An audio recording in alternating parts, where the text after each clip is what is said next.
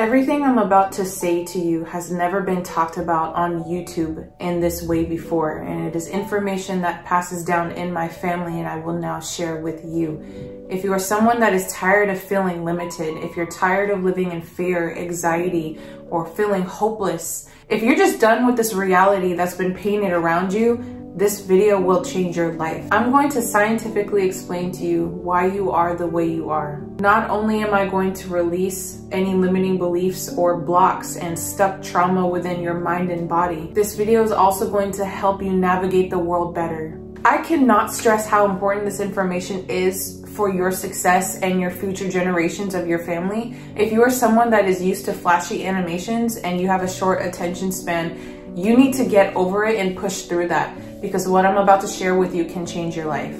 So your brain and your body has something called programs.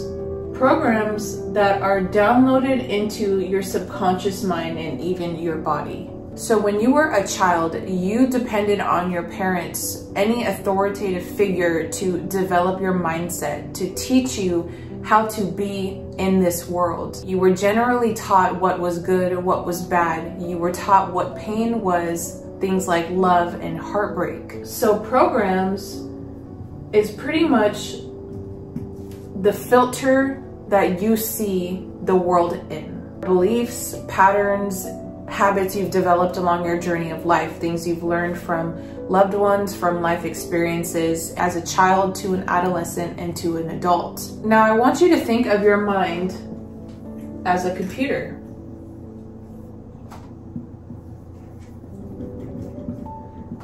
And within this computer, we have these programs that have downloaded into our subconscious mind like software.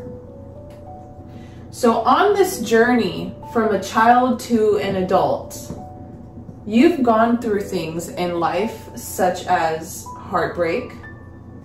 Maybe you got into your first relationship and you got cheated on. You have gone through experiences such as traumatic events. Maybe you got into a car accident.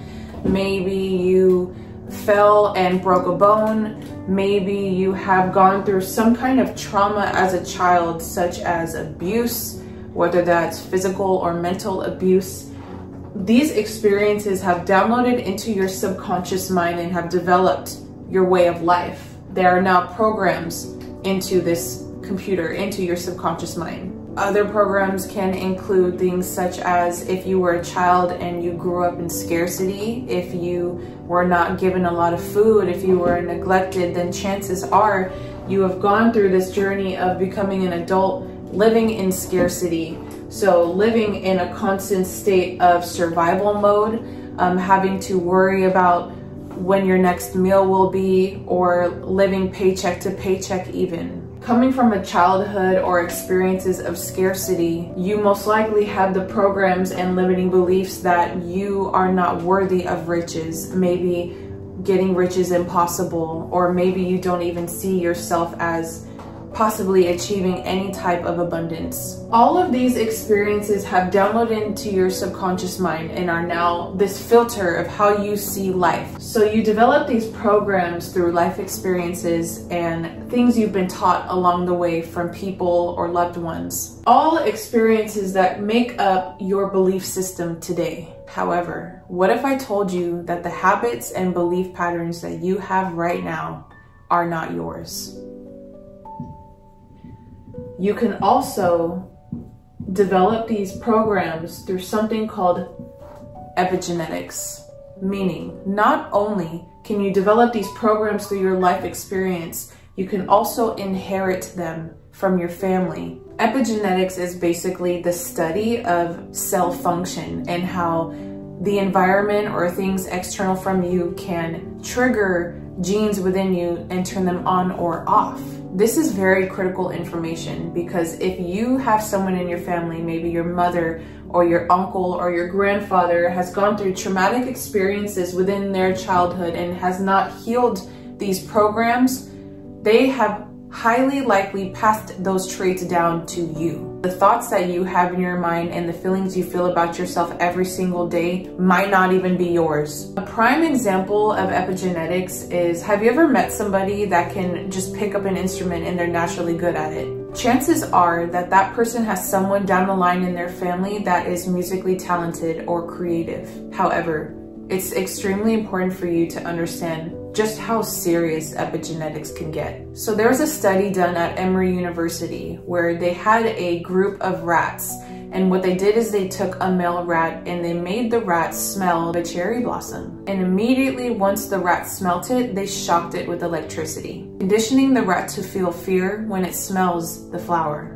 They repeated this process a few times and then placed the male rat back into the cage of rats. Later on, this male rat impregnated one of the female rats. And when the offspring of the rats were given the scent of the cherry blossom, the baby rats were extremely sensitive and traumatic to the smell. This experiment shows that the trauma that the male rat experienced passed down to the offspring, and the baby rats inherited that trauma. Now you might be thinking, well, those are rats. I'm going to paint the picture so clear for you guys. There is this worldwide limiting belief that African American people fear water, that they cannot swim. Now, why is that? The reason is because if you go back to the time of slavery, when human beings owned other human beings, slave owners trained their slaves to be afraid of water. They physically, mentally, and verbally abused their slaves to program them to fear the water, to fear the ocean around them. Now, the slaves' objective was to make sure that these slaves did not escape their slavery. But that programming conditioned these African American slaves to truly believe that the water would kill them. This programming was also done with dogs. Dogs were used to hunt slaves, to gather them, to abuse them. And when the time finally came for slaves to escape their slavery, they were forced to cross this water, the water that they were born to fear. And that experience was so traumatic for them that it is passed down from generation to generation, and that is why it still exists today. These programs are existing in our subconscious minds, and they're affecting our everyday decisions. Any decisions we make is being filtered through that lens that we've developed through our childhood, through our beliefs, limiting beliefs and traumas that we've inherited. Programs can even awaken later on in life if they're triggered from external experiences. There are plenty examples of children that have siblings and one of them have inherited a trait from their parent. Maybe their father or mother was an alcoholic, and the alcoholic gene passed down to one of the children and not the other. That child wasn't born and immediately an addict, but the gene resided within that child and then gets awakened by something that goes on externally within their life. Something triggers the gene to activate, just like when people develop epilepsy later in life. I personally come from a family where each generation has experienced sexual abuse throughout their childhood or at some point within their life. Obviously, abuse cannot be predicted, but the traits of a victim can pass down. If we go back to explaining these programs as filters, every human being is wearing their own customized pair of glasses. But why this is so critical is because if you've gone through something like heartbreak, and then you start to see a pattern in your relationships of constantly getting cheated on, if you don't deal with these programs turn into behaviors, and these behaviors form into personality traits. These programs block our blessings. It's like walking through life with a box over your head. You're almost putting a cap limit on your success because these filters can affect everything you do in life. Decisions, the people that we make as friends, who we get in relationships with, how we spend our money. So my job background is in the healthcare industry, and there was a time where I had a male patient that was in his 60s and he was extremely emotional. And every day that I spent time with this patient, he would constantly remind me of a story that happened to him 6 months before he had admitted into that hospital. And every day that I saw him, he would take me back to a specific fight that happened between him and his roommate, constantly expressing of how much he hated that roommate, enough to talk about it every single day as if he had completely forgotten that he told me the day before. That fight scarred him so much so that he took it on as a personality trait. This fight that happened months prior to me meeting him rewired his brain to keep him living in the past. He developed a new lens for the world, and every person that he met, including me at the time, thought that everyone was out to get him. I'm not gonna lie, this has happened to me too. I've been in a previous relationship where I was extremely manipulated and cheated on. The relationship traumatized me so much so that it made me start to have panic attacks, something that I had never experienced before. It even caused me to develop programs that I unfortunately took into my current relationship. I'm sure some of you watching this have experienced what it's like to be deceived, and you know what it's like to constantly live in a state of fear. That relationship caused me to develop behaviors of insecurity and not wanting to allow my partner the freedom of being a human being. That behavior wasn't fair to him or myself, because I had gone through an experience that put a cap limit on my success, on my mental health, and my own abundance. If I did not do the inner work that I'm going to share with you guys today, I would have most likely continued my way of life to think men ain't shit. I know that's a very common phrase that a lot of women like to throw out there. Therefore, putting a cap limit on myself from my dream relationship, from experiencing true love. To find success, we have to uninstall these programs. So how do we do that? First, I need to explain why it's so hard to let go of emotions, to let go of these beliefs. So there's a 3-step process, and most of us get stuck in step 1. Step 1 is thinking. Step 2 is doing. And step 3 is being. Knowing what you need to do in your head, practicing it with your hands, and knowing it by heart. Every day we're thinking new thoughts of how to change our lives or how to create new habits or do something different. But 9 times out of 10, we don't actually take action, therefore not creating a new outcome. God, I'm sorry for the glare, you guys. So the language of the mind are thoughts, and the language of the body are emotions. What happens here is that our minds get stuck in our bodies. Our emotions will take over because they're more powerful than our thoughts. So when we get triggered, 9 times out of 10, we will be emotional rather than thinking logically. If your ultimate desire is to feel successful, no matter what it is you're trying to pursue, if you want to feel love, you want to feel happy, instead of survival mode or scarcity, you want to live in abundance. First, we have to break those thoughts, those automatic assumptions, those negative thoughts you jump to from these experiences, to then create new ones. And then teach your body emotionally to understand what it is your mind intellectually understands. If you're one of my subscribers, then you know just how important your thoughts are, because your thoughts create a reality. In fact, everything around you right now in the room you're standing in was all created from a thought. And if you've developed a lens that tells you that life is hard, then you will receive what you believe. Science tells us that we have about 60 to 70,000 thoughts a day. And 90% of those thoughts are the same thoughts that we had yesterday. So if you're thinking the same thoughts and you believe that your thoughts have something to do with your life, then your life will stay the same. Okay, I need to clean off this whiteboard because it's getting a little full. We're not going to talk about the brain. So if 90% of your thoughts are the same ones you had yesterday, then the same thoughts lead to the same choices.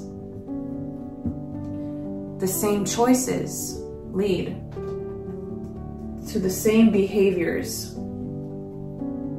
The same behaviors lead to the same experiences. And the same experiences will produce the same feelings and emotions. Those very same emotions will drive the same thoughts you had yesterday and the day before and the day before. Now get this. How you think, how you act, and how you feel is your personality. Your personality creates your personal reality. If you want to change your personal reality, you have to change your personality, which means you have to start thinking about what you've been thinking about and change it. Now, I want you to look at these limiting beliefs, these thought patterns that are keeping you anchored to the past, and right here and now decide if they belong in your future. So how you think and how you feel creates your state of being.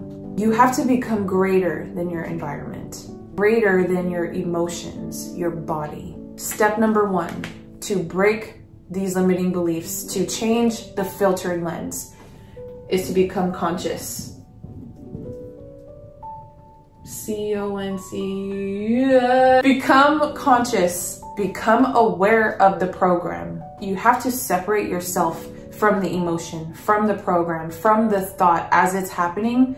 Separate yourself from it and become the observer of the program. So an example of this, have you ever gotten drunk and your friends told you how you acted that night and you completely blacked out? You don't even remember how you behaved. And then the next day you find out everything that happened, and that has you thinking like, whoa, maybe I should chill out. And the next time you guys go out, you don't drink as much. You've learned your lesson. So you observed your behavior from that lesson and modified it. Step 2 is to modify your behavior, your actions, to be better. You have to consciously make different choices now that you've developed new thoughts. You have to change. You have to create a new outcome. And step number 3, the hardest step, is to repeat.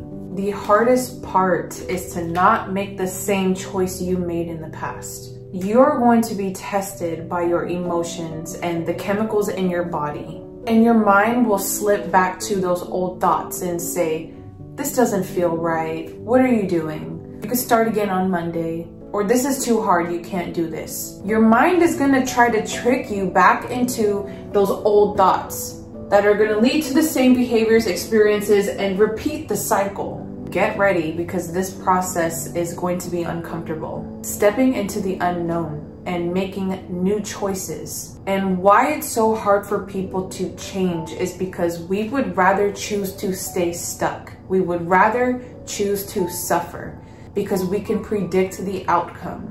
We think that pain feels good when it actually feels familiar. The game is to teach your body emotionally what the future feels like ahead of time before the actual event has happened.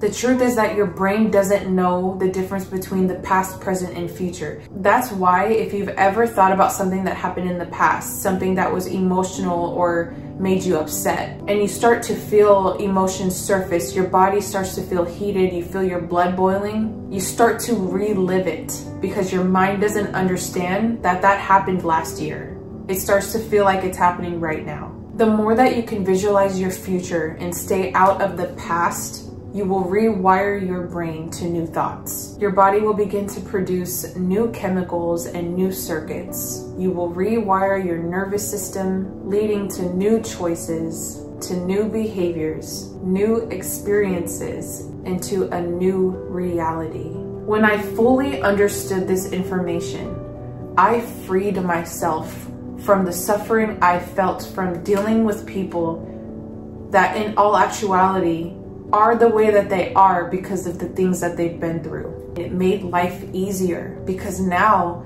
that I understand why people are the way that they are, I can communicate with them better. I've developed a passion for these people. I understand where these people are coming from. I've created abundance and I've gained so much more love and prosperity, all because I released the cap limit I put on myself, the box I had over my head. I hope this video enlightened you to take a look at the programs you have.